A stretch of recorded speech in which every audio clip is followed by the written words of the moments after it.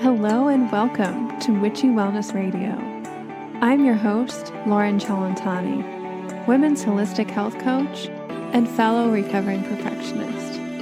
This podcast was created to show you that your body is not in the way, it is actually leading your way.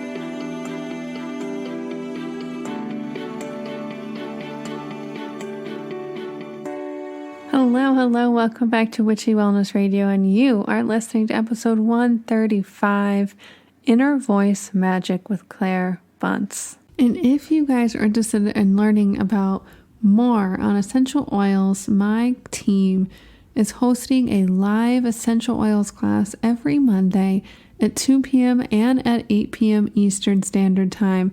Head over to the show notes to use that link to sign up, as classes do fill up. Once you sign up, you'll immediately receive our class link via Zoom, along with class notes package to print for the class. Whether you're curious about what doTERRA oils could do for you or would want a refresh on how to use these bottles that you might already own, you will love this class and feel the impact of our beautiful community. I hope to see you guys there. And without further ado, please enjoy episode 135, Inner Voice Magic with Claire Bunce.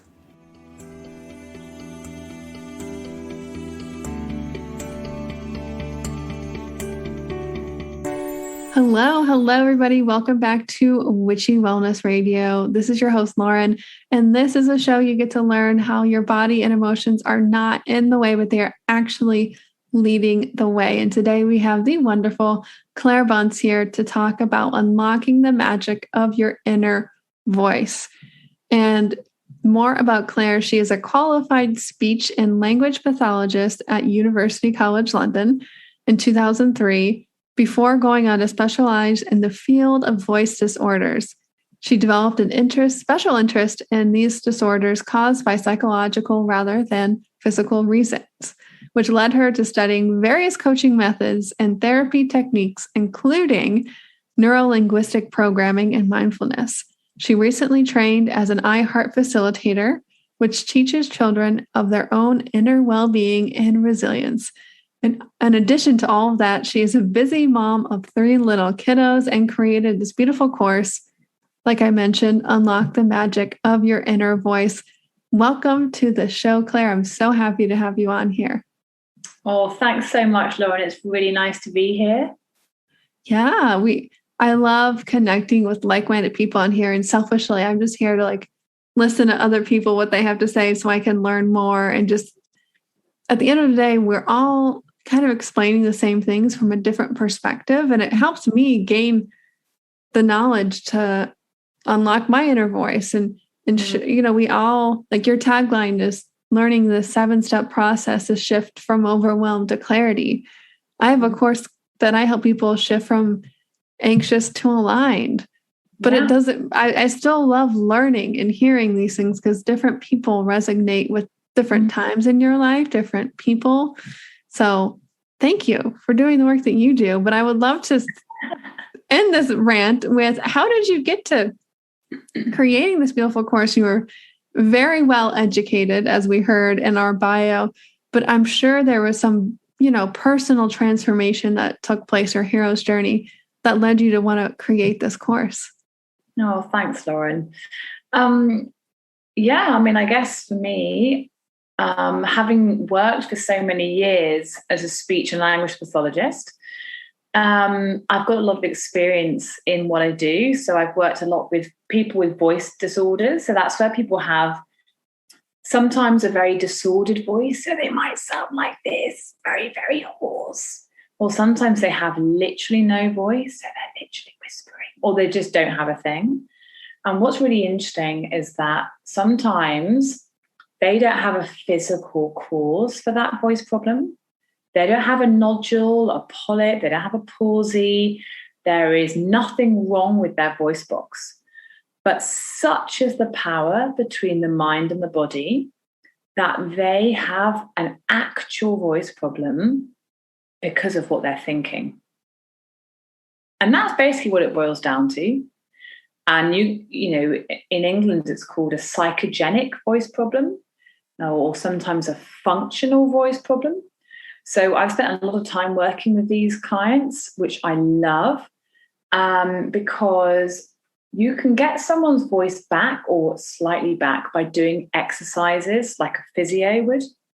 But ultimately, if you can actually get to the root cause of what's causing their voice problem, and sometimes it's a limiting belief, it might be that they don't believe they've got much worth saying, or that a partner has told them that they're not worth anything and that no one's listening, or just be quiet, keep it buttoned up. And this becomes almost like a self-fulfilling prophecy that they end up manifesting this in their throat. And so whilst they don't have a physical problem, they literally lose the ability to talk because of this emotional link. So I trained, 15 years ago in what you were talking about, neuro-linguistic programming and CBT and mindfulness, because I was really interested in going, well, okay, so I can do the physical work with them, but what is behind it? Like, what can I help them with that's going to shift their problem and get some results? So a bit of a long-winded answer, but essentially that's how I was helping on a physical level. And then I just fell in love with the idea that we all have mental health. We all have this flow of inner well-being, of wellness within us, but it is just that our thinking covers it up. Yeah, I so agree. And for me, neuro-linguistic programming, NLP, just easier for us to say NLP now. Yeah, sure. I haven't been trained in it, but I've experienced it before. And also hypnotherapy, to a degree, is so powerful for helping reprogram, identify, but reprogram these beliefs that we might not even know that we have. Yeah. And I mean, we have people on this podcast all the time talking about this and how the mind-body connection is so prevalent. And for me, I remember way before I started studying mind-body connection in like a basic psychology class in college, people, I can't remember the new way to say this, but multiple personalities. Okay. They have different eye prescriptions when they change into an alter personality. They have different allergies. Wow. Based on, because they believe they are a different person. Wow. And that totally goes against anything we think, but it's based on those beliefs and those thoughts that with that personality, they have, not even consciously have these different changes from a physiological point of view, just like the people you work with their voices.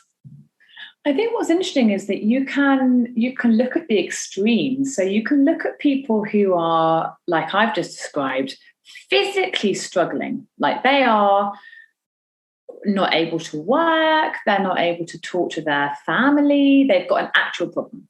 And you can see that the mind-body link is there, but also you can see it on the other side of the extreme. So I don't know whether you've been watching the tennis, but Emma Raducanu, who obviously I'm like biggest fan of, who's just won the US Open. And, you listen to her, she's 18 years old and she's talking about growing up with this understanding that she can achieve whatever she sets her mind to.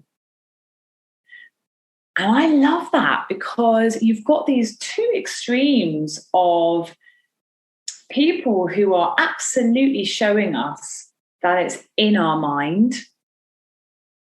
And I just think that's amazing.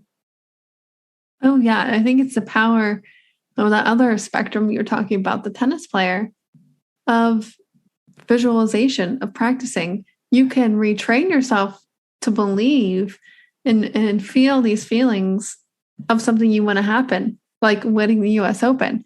Granted, she trained her whole life to get to this point.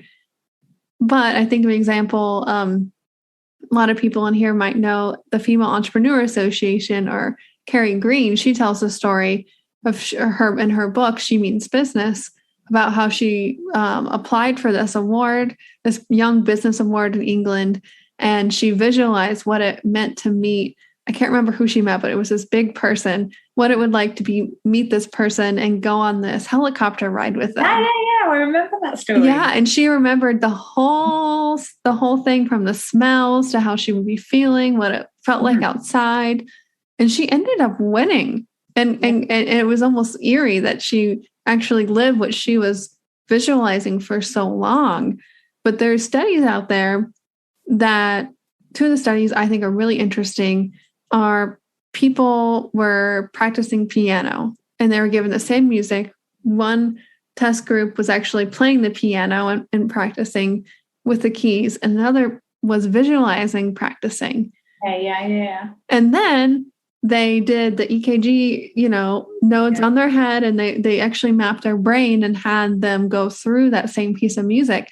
The same parts of the brain or the same neural networks were created whether you were playing the piano or visualizing in your head. And for me, I get body chills thinking about that, because that's physical evidence that you are programming your mind, you're rewiring it, because the more you practice or do something, you create more neural networks, which create a stronger memory or reflex, or it becomes subconscious. Absolutely. I've not heard that one about the piano, but I've heard exactly the same about people playing basketball. I was going to mention that one too. Yeah. and shooting hoops. And, I think that's phenomenal. And it's phenomenal because you look at it from a positive point of view and you go, yeah, great. Like, if I want to set my goal and I'm going to visualize, and like Carrie said from the FEA, you don't just visualize, you don't just see, you hear, you smell, like you use all your senses. Like, that's amazing, of like flooding the system with what it might be like. But again, if we go to the other end of that spectrum, what people don't realize is the same is happening when they have a fear about something, or they're like trying to, like turn away, or they're trying to avoid something. Is actually what's happening is we are using as much of that wonderful creative thought process that we use to create our goals as we are unconsciously using to create our demons, what we don't want. And what I find always fascinating is I always say to my clients, I say, okay, what do you want? Like, what is the goal? What do you want to get from working with me? And often, more often than not, actually, people will say, I don't want to.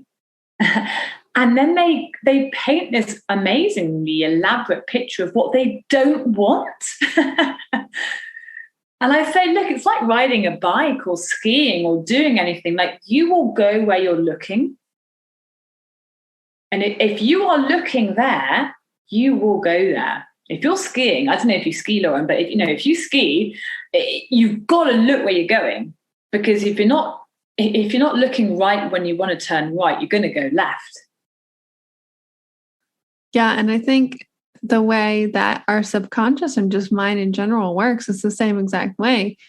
What you focus on grows, because your body doesn't know that you're saying, not this, not this. It just knows that it wants, I think it's called your reticulator, activated reticulate. Oh my gosh, I'm totally flipping this up. I'll link in the show notes. Basically, the part of your brain that once you start seeing something, it'll start looking for that same thing again and again, those patterns. So you're telling it, let's say I'm broke. I don't have enough money. So you look for every single way to affirm you don't have money, that you feel broke or not enough, or et cetera, instead of looking for ways that you do have money, you do have abundance, you have everything you need. What you focus on grows. And as cheesy, as new agey as that sounds, neurologically, it's true. It's true. And it's true because actually fundamentally we want to be right. So we are going to look for evidence to show that we are right. So, if we don't think we look very good in a dress that we're wearing, we will look for evidence to suggest that. So it might be that someone doesn't comment on it, which for us is proof that we don't look good in that dress, rather than, having that. And that's, I think so important in life is if you have the flexibility to go, okay, what are the 1, 2, or 3 options for something happening? Then you are massively expanding what's possible in your life. You know what I mean? Oh, yeah. And I think I was just thinking back when I started getting into this, a decade or so ago, I was in that same boat. I had crippling anxiety, depressed, overwhelmed, starting my career. I was like, I thought this was going to be easy, like graduating and being an adult. Your life leads up to this point. And then I'm like, and then what? I knew everything I didn't want. And I really struggled for a while to figure out what we just talked about. What do I want? How I guess to generalize and put it simply, how can somebody shift out of that into figuring out what to focus on in a positive way or what they might want? I totally hear what you're saying. And I think if I can, going on from my, okay, where have I come from and, what's my experience? I think the thing that for me has been the most significant thing in the last, 15 years or so has been an understanding that I've had in the last 5 years that we love being analytical. Like that's the part of our brain that we're really great at. We're like, let's have a look. What's going on? Where is the proof that this is what I think is right or wrong? And tell me about your problems and where has that come from and this is what you can do. Like a very prescriptive. Now I know because I'm on this podcast that we are talking about something completely different from medication. But, let's just, for the sake of argument, just say, a lot of people will go, I have a problem, so I would like to take a pill that gets rid of it. Okay, fine. Yes, you can. But what we are talking about, what I'm interested in is going, well, let's face it, there is enough studies to tell us that there is something called the placebo effect. Yeah.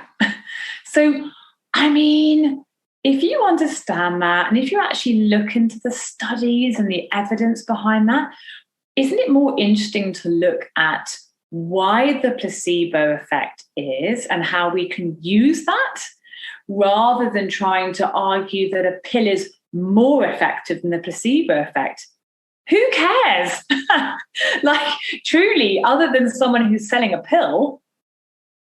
So what I have seen in the last 5 years, which is interesting to me, is that, okay, let's not look at pills. Let's look at what we can do to help. Now, there are lots of things and much more and more and more as we're, I think, becoming as a nation or as a culture more aware, is looking at the mind. Okay, how can we use our mind to get better or to accept what we've got going on? So there is like loads of, tips and strategies and mindsets and things that you can do to get better.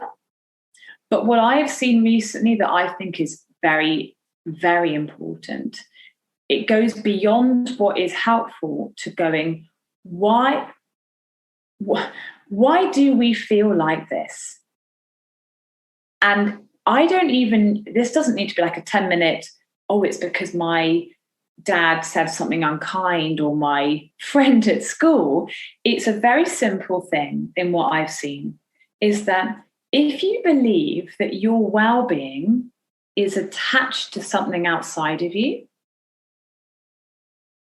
you are going to be dragged around by whatever that thing is.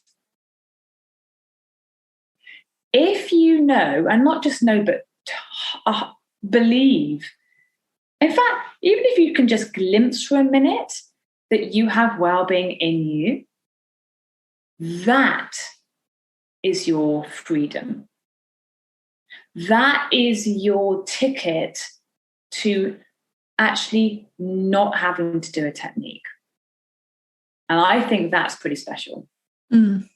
Very, very special. And I've caught myself down that, and I have friends who do it too. It's like, well, I know why I have money issues. It's because of my dad did this, and now my back hurts because of this.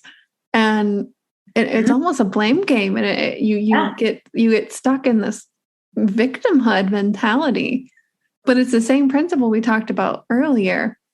What you focus on grows. And for me, whether it's meditation, breath work, NLP, a technique, if you will, or not, it's just continually bringing your brain back to my well-being is in me and me and me. And if you start to think it's outside of me, you bring it back. And that's what meditation is. The hardest meditations for me, when I have to keep bringing my mind back, those are the most powerful ones. That's when change is happening, not when I'm deep into outer space or, feeling good. That's easy. But it's when you're continually reminding and coming back. And at the end of the day, it's just becoming present and realizing that everything is okay. Yeah.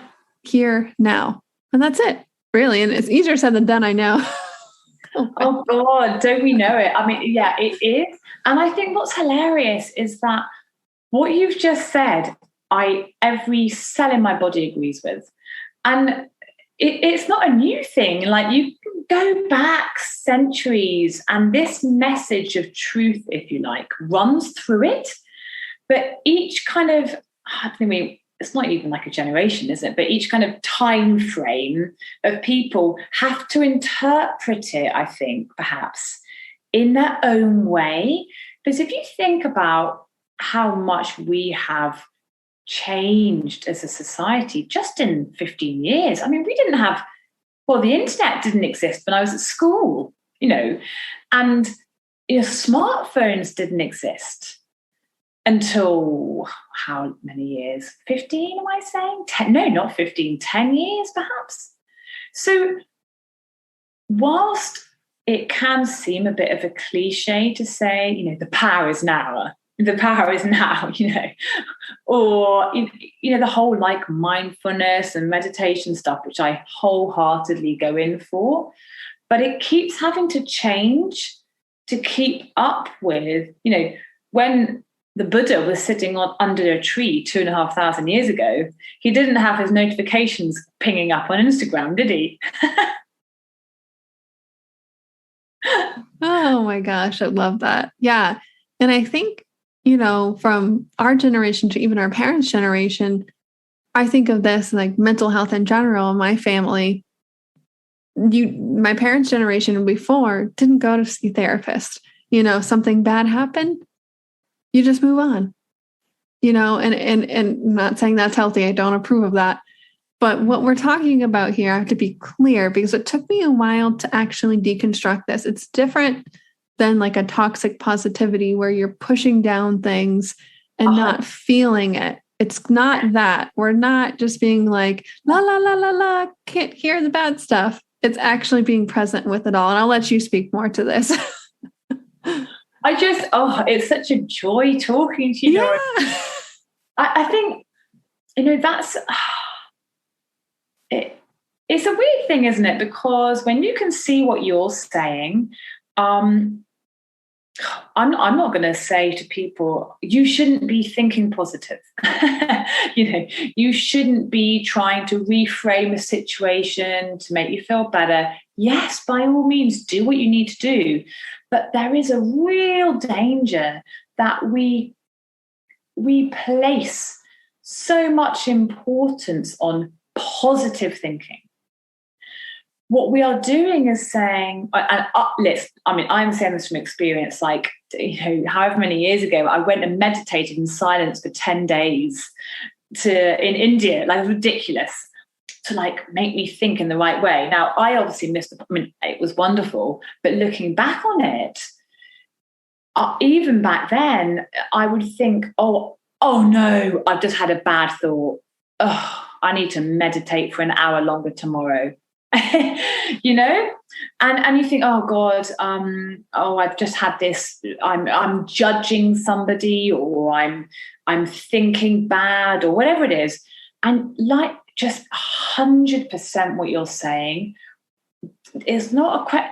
We are human beings, and being a human being involves having the range of emotions. And this is the issue with where we are nowadays. I've got all sorts of friends who've been on pills to help them feel happier.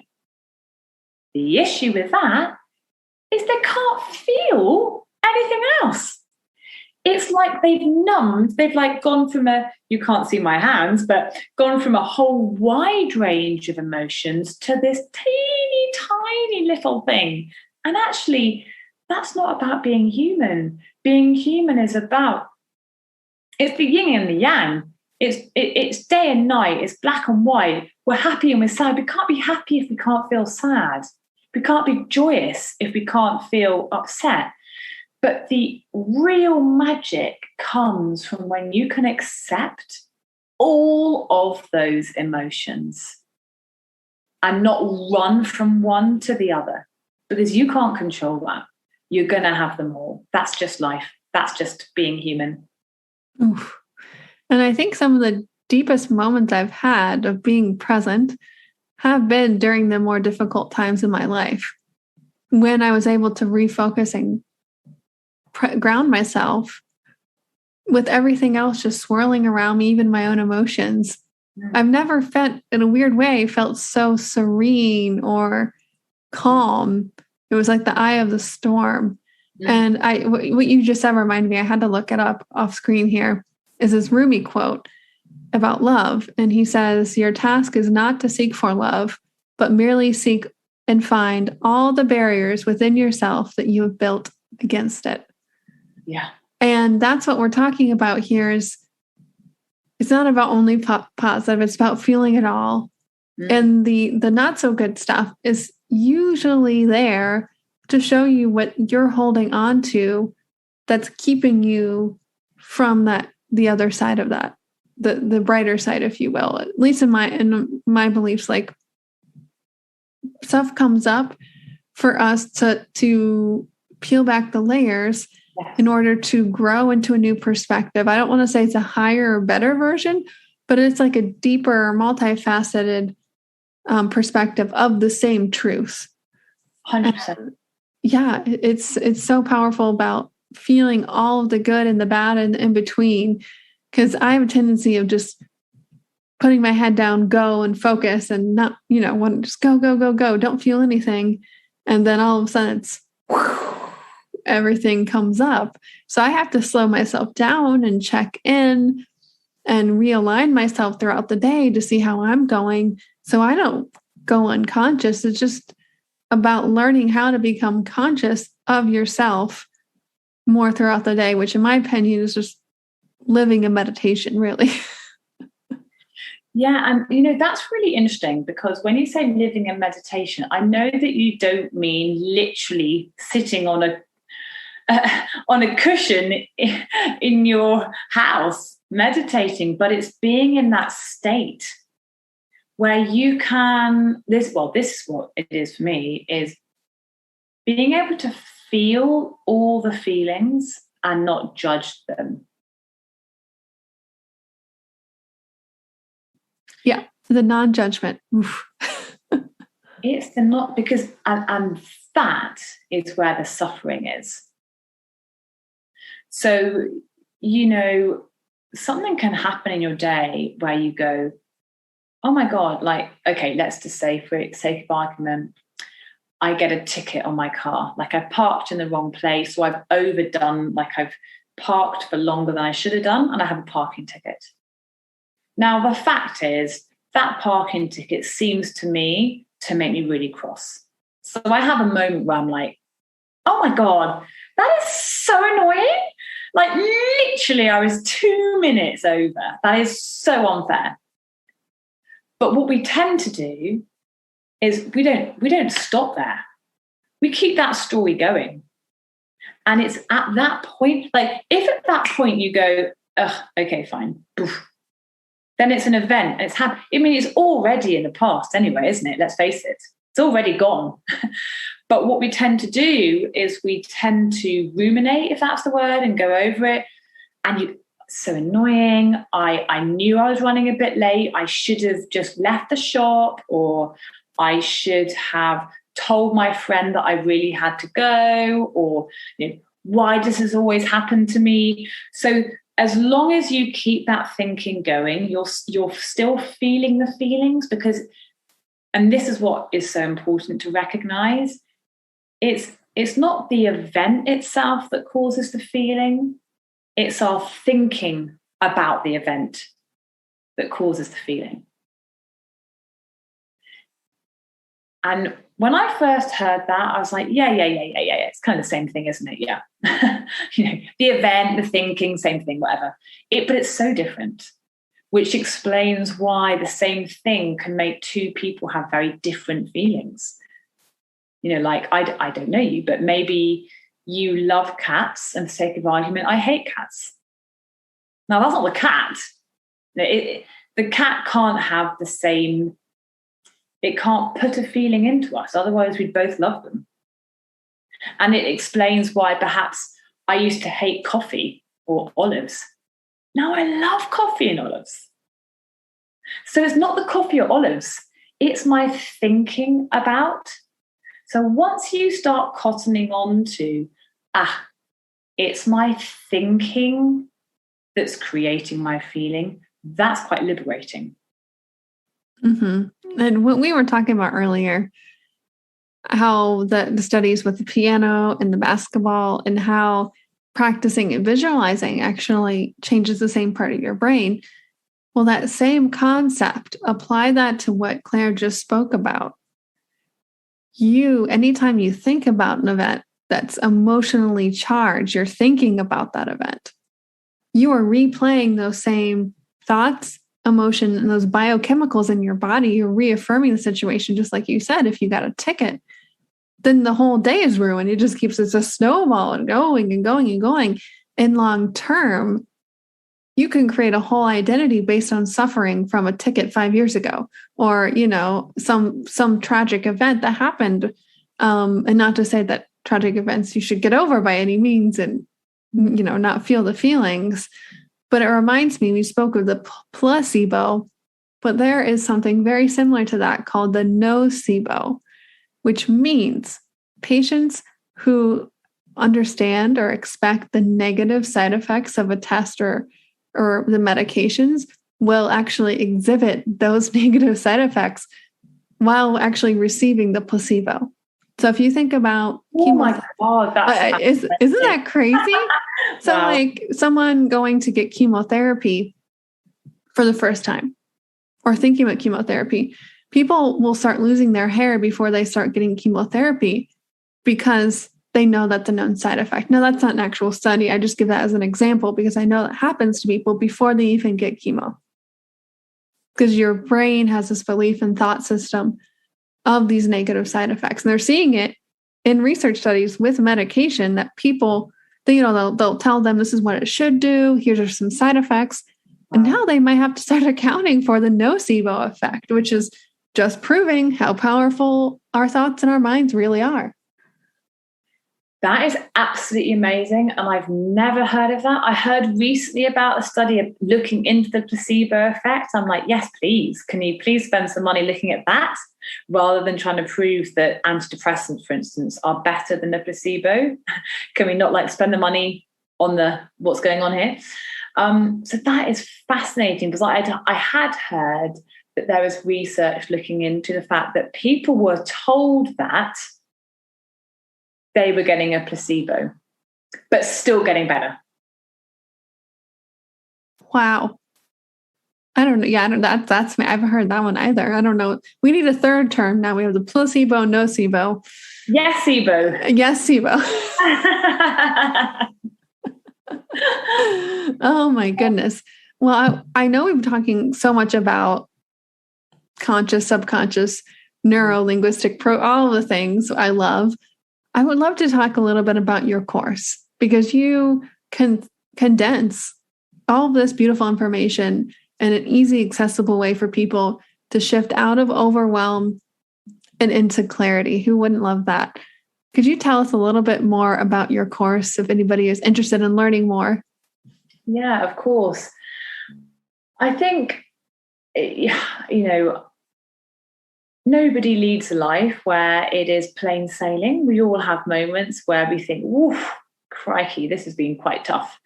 And despite all I knew about NLP and mindfulness and positive thinking and everything we talked about, it didn't stop me having a really rough time this year.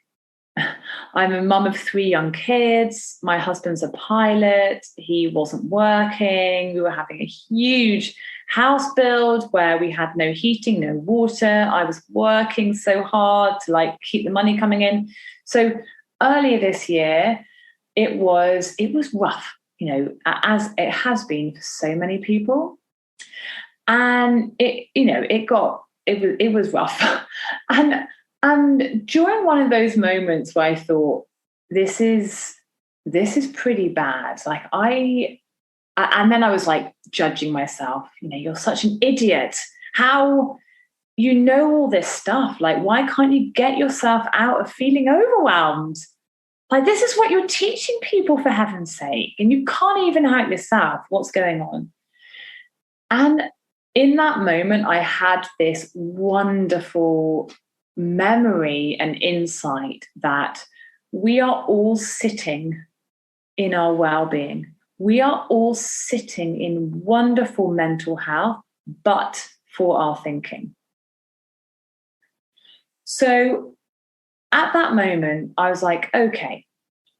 It was I can't really explain it. It sounds a bit of a cliche. It was like a bit of a light bulb. It was like a little chink in the clouds, and I could just see the sun again. And I thought, right, okay, what is going on for me? What have I learned recently that is so significant that, as I talked about earlier on in this, is that, okay, we all have this innate, i.e. we are born with mental health. You don't have a child, you don't have a baby born with a mental health problem. No baby is born depressed. I mean, they cry, but they're not depressed. But we, along the way, form attachments. So I'm just going to give you a really obvious one. As a baby, you might have an attachment to your teddy or your dummy. And that thing seems to have the power to either make you feel happy and calm, or if you don't have it, absolutely mad and upset. So as a child, you form this attachment. So this thing makes me feel something. But as we get older, we realize that, okay, it's not socially acceptable to bring a dummy into secondary school or whatever it is. And we shift that attachment. And it might be that we attach our well-being to looking a certain way, to being in a certain group of friends, to getting the right grades, to being the sort of person that our parents want us to be. And unknowingly to us, we form this attachment between this thing, and it can be lots of things, and us. And that's okay when these things are going all right. So when we're doing well at school, when we're hanging with the right crowd in our minds, when our best friend is our best friend, things are going really well. When those things start changing, maybe the friend moves away. Maybe the friend makes a new friend. Maybe suddenly you're not so good at science as you thought you were, and it's challenging. And all of a sudden, what you thought gave you your happiness is taking it away, and you feel dreadful. Now, as you can hopefully understand from this, we will carry that through in our life. So for me, I asked myself, right, I am massively overwhelmed right now. I am literally about to explode. I cannot think clearly. what am I attaching my well-being to? And for me, I went through it.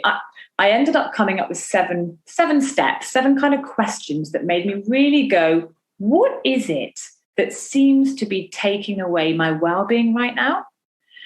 And it was things like, I wanted to know when the builder was coming. I needed to know the date. It was things like, I needed to know that my husband was going to get his job back next month so that we then had the money to pay for the rest of the bills.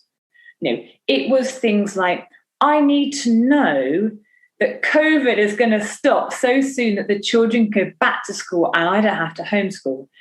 And the reason why that's important is the moment I actually recognized, I've outsourced my well-being to that. Do I have any control over that? No. 100% no. So what would be possible? And this is the question. What would be possible if I didn't have that attachment? And of course, what is possible if you don't have that attachment is that, well, you are free to feel okay, even in the middle of what looks like chaos. And so my course, and it talks about, finding your voice within, is because of me being a voice therapist and, my work in the past with voice clients and still now, is when I talk about the voice within, I'm talking about our wisdom. I'm talking about that voice, that intuition, that voice that says, you're okay. The voice that says, why don't you just have an early night? The voice that says, why didn't you give your husband a break? Because it's not his fault that he doesn't have a job. And so that's what the course is about. It's these steps to help you recognize, where are you attaching your well-being? What is possible when you recognize that is where you've attached your well-being, and gives you that opportunity to, if you like, create some space just to stop that churning of your mind that we all have. And when you stop in that stillness, you can hear your voice within. Wow, mic drop. I'm like tearing up over here because I can so relate to so much. And I think so all of us this past year, almost 2 years now, of, this upheaval of what quote unquote was normal. And I think it really forced so many of us in different ways in our own lives to, these are opportunities for us to sit down and realize that was what was going on for you, rather that you were outsourcing your wellness outside of yourself.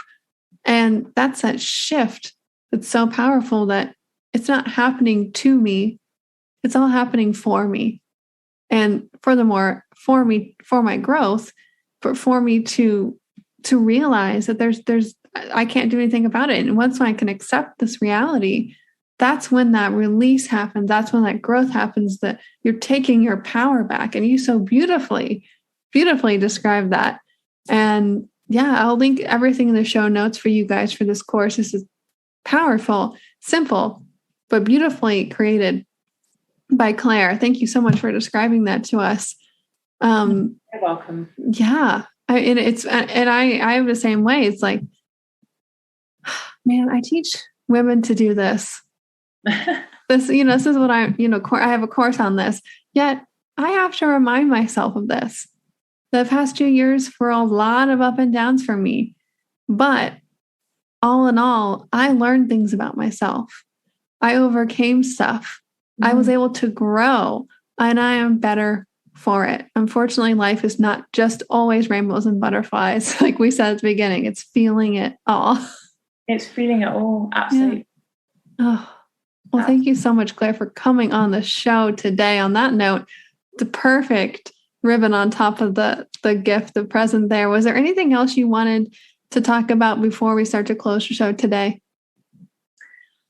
I don't think so. I just think, if people listening can just get a feeling for the hope in the message that whatever is going on for them, I mean, whatever, however big, however small, however trivial, however significant a thing is going on, if you can just hear in this message that you are okay, you are sitting in wellness, you have in you complete and utter mental health. You were born with it. It can't be broken. It can't be taken away. You can't lose it. It is just covered up, and it is covered up by your thinking, like the clouds over the sun. And you don't even have to necessarily do anything, but the moment you recognize that, something very exciting can shift. Ooh, I love it, love it, love it. Thank you again for coming on the show today and imparting this beautiful wisdom with us. How may we, the listeners, as an act of gratitude, be of service for you in return today, Claire? Lauren, you're so lovely. I would just be so happy if what we have talked about resonates with people. I will be thrilled if what we're talking about gives people hope. If people want to go and look at my course, that's wonderful. If people want to connect with me directly, my Instagram is Claire_Bunce_musings. It's basically an opportunity for me to just share my thoughts and things. If people want to connect with me like that, that is wonderful. But the main thing is that I really hope that this podcast, this message can reach people and give them some hope. And if you guys like this, if this resonates with you, follow up, take Claire's course, share this podcast with a loved one that you think that this would resonate. They would like it too. And I know my life has completely changed based on podcasts that I've heard, sometimes more triggering than others, things I didn't want to hear. But that's one of the reasons why I started this. It's kind of me paying it forward and having beautiful souls like Claire on here to help spread the word for people who want to heal, want to grow, share it with a loved one, that here's your opportunity. It's just a click away. So thank you so much, Claire, for coming on the show today. It was so wonderful diving to all subconscious, neuro, linguistic, all the things, all the nerd that we like to nerd out with. It was so wonderful. Thank you so much for having me on, Lauren. It's been wonderful. And remember, open up, surrender, trust, and let your body lead the way.